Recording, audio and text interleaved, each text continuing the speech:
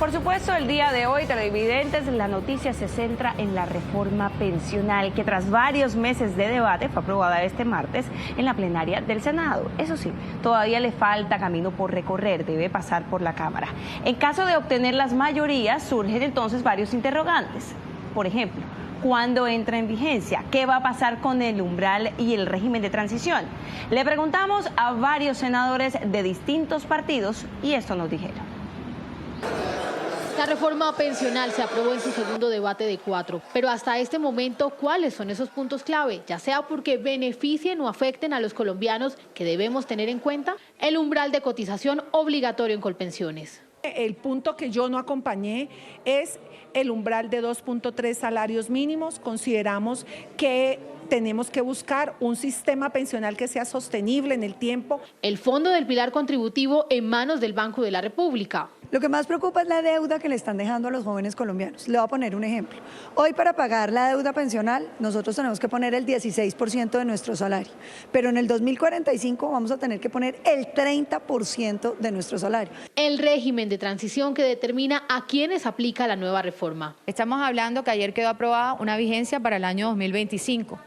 Colpensiones hoy va a asumir 24 millones de afiliados con esta reforma. Prácticamente las pensiones de una gran proporción de colombianos. Colpensiones no está preparado en un año para hacer todas esas modificaciones técnicas, para tener la tecnología, para tener el talento humano, para en realidad garantizar ese servicio a los colombianos. El sistema de subsidios para los que no lograron pensionarse. Los que no pudieron tener ningún tipo de cotización menos de 300 semanas van a recibir un subsidio del Estado de 225.000 pesos. Son los adultos mayores que están en la calle en condiciones de indigencia, los que venden bonai, los que venden comida en la calle, vendedores ambulantes, que son los principales. Un segundo bloque es aquellos que cotizaron entre 300 y 1.000 semanas, que va a haber una mezcla entre lo que lograron aportar con un subsidio del Estado. El esfuerzo por reducir la brecha de género en el acceso a pensiones. Yo presenté una proposición para que fuesen 850, disminuyéndose de las 1.000 las 50 semanas por cada uno de los hijos. Ojalá eso se respete en la Cámara de Representantes. La reforma pensional ahora debe ser radicada en la Cámara de Representantes para que en 15 días pueda retomar su tercer debate y dar los 2 debates que faltan antes del 20 de junio para que no se hunda por falta de trámite. Veremos qué pasa con el pilar solidario, con el que se buscaría pensionar a 3 millones de personas en condición de pobreza que nunca cotizaron. Juan David, ¿desde qué edad aplicaría y cuánto recibiría esta población?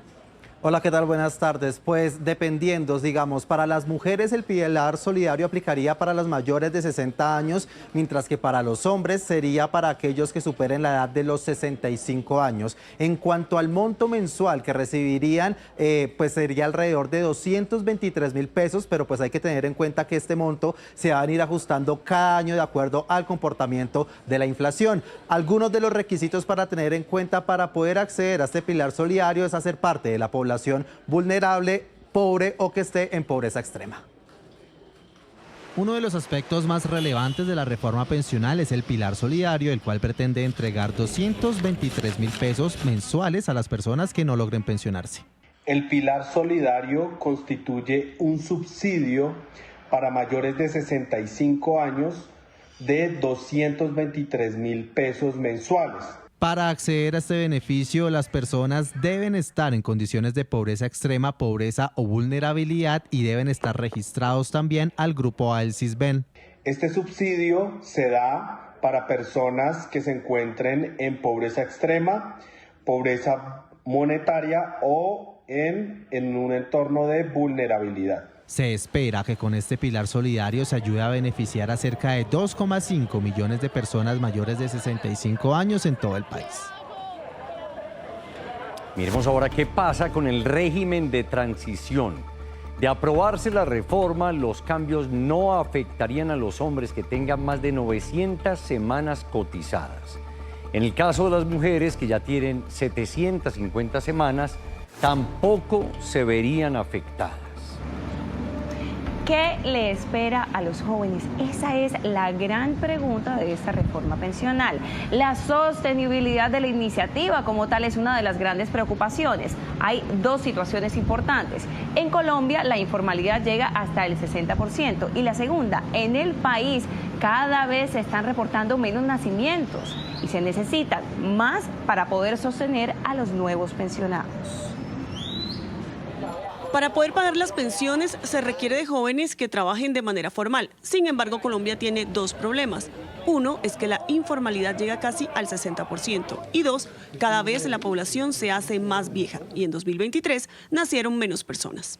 Pero como cada vez hay menos jóvenes y más adultos mayores, pues la plata de la cotización no alcanza y por eso es que en este momento para pagar las pensiones de Colpensiones es necesario poner plata de los impuestos. Asegura que para que los jóvenes de hoy puedan sostener las pensiones, el umbral de cotización a Colpensiones debe disminuir. Cuando las personas que hoy cotizan se empiecen a pensionar, vamos a tener una deuda. Y esa deuda puede ser muy alta, mientras más alto sea el umbral va a ser más alta y esto va a presionar las finanzas públicas. Si es más bajo el umbral, más fácil va a ser para los jóvenes sostener el sistema. Para los expertos, esto genera presión sobre las finanzas del Estado. 1, el sistema se vuelve más insostenible en el tiempo. 2, vamos a pagarle subsidios ya no solamente a una parte, a la gente que está en Colpensiones, sino a todos los colombianos por configuración, ricos y pobres. Y 3, lo que tenemos es que la tasa de reemplazo, es decir, lo que a la gente le va a terminar llegando efectivamente en su cuenta va a ser menos. Hoy solo 10 millones de personas cotizan pensiones. Mientras tanto, Asofondos considera que en la discusión que la reforma tendrá en la Cámara hay puntos que deben ser modificados. Por ejemplo, se debe revisar el umbral de cotización y también el tiempo de transición. A falta de un par de debates para que se convierta en ley, la reforma pensional sigue generando inquietud de los fondos privados de pensiones. Esta reforma, lo hemos dicho, es insostenible fiscalmente. No solo lo hemos dicho nosotros, lo ha dicho personas del gobierno, como la ministra de Trabajo, que ha manifestado que en 15 años va a tocar hacer solo en 15 años va a tocar hacer una nueva reforma pensional para generarle sostenibilidad al sistema. Consideran que hay aspectos cruciales que deben ser modificados. Nosotros consideramos que el umbral de cotizaciones que se aprobó es insuficiente. El reducir de 3 a 2.3 tiene un efecto muy marginal.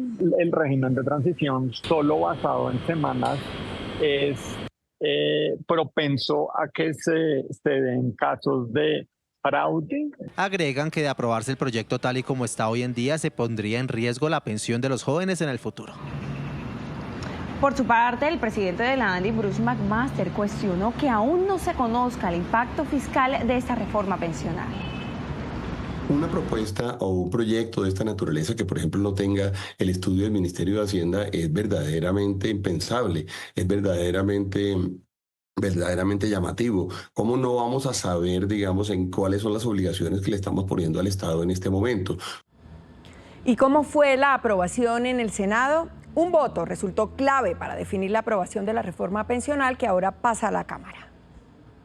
La votación de los últimos artículos puso a correr a más de uno, como fue el ministro del Interior que con teléfono en mano llamaba y corría para saber quiénes no estaban en el recinto. Si este gobierno y los senadores y representantes a la Cámara y muchos voceros del gobierno realmente tienen un compromiso con la población rural colombiana, deben hacer efectivo que lo que propusimos quede contemplado en la reforma. Al llamado fueron respondiendo algunos quienes tuvieron entradas triunfales. Incluso para lograr estos votos se escribieron artículos de último minuto, redactados a mano y en el atril. Pero también hubo la salida de otros senadores que molestos abandonaron el recinto al ver que sus propuestas no fueron escuchadas. Al final, raspando, se aprobó la reforma pensional en su segundo debate de 4. Se ha aprobado el bloque de elementos que se estaba votando con la mayoría que pide la ley Quintana. Ahora le corresponde a la Cámara de Representantes hacer en 2 meses lo que al Senado le tomó 13 meses después de su radicación. Y mientras tanto, el ministro del Interior, Luis Fernando Velasco, es optimista con los tiempos y el trámite que ahora tendrá el proyecto en la Cámara de Representantes. Juan Camilo Blanco está en la Casa de Nariño con los detalles. Juan, ¿qué más dijo el funcionario? Buenas tardes. Hola, ¿qué tal? Buenas tardes para usted y para todos los televidentes. Pues mire, aquí en la Casa de Nariño van las cuentas de lado y lado, no solo en si habrá votos, sino también en el tiempo, porque recordemos que ya está próximo a acabar esta legislatura. Sin embargo, el ministro del Interior asegura que por lo menos hasta el momento los tiempos van a dar. Tenemos un buen proyecto y tenemos mucho más que 20 días. Yo quiero hacerles bien la cuenta. Tenemos todo mayo y casi todo junio y la última semana de este mes. De manera que estamos tranquilos porque el proyecto se defiende por sus bondades.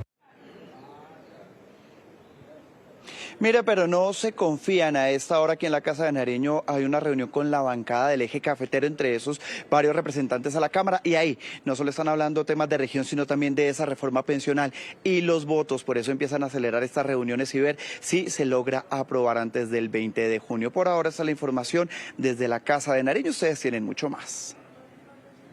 Una noticia muy polémica y que genera muchas dudas. Por eso en Noticias RCN todo el mundo tiene voz precisamente para resolver esas inquietudes. Y en la reforma pensional sí que es necesario oír a quienes rechazan y a quienes defienden la reforma.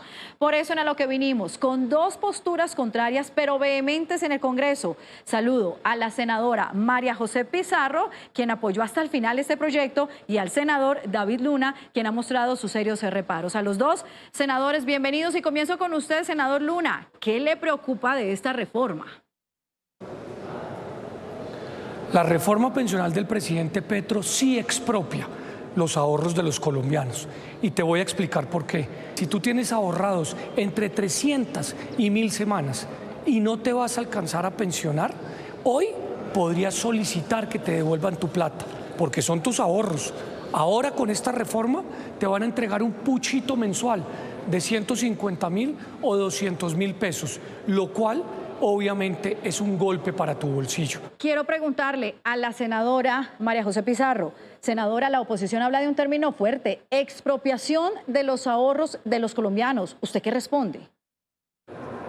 No, pues me parece una gran mentira. Lo primero que tenemos que tener claro hoy es preguntarle a todos los colombianos y colombianas, aquellas que nos escuchan, nos ven en este momento, es ¿cuántos de ustedes, de sus familiares, de sus hermanos, de sus amigos, tiene una pensión o aspira a pensionarse?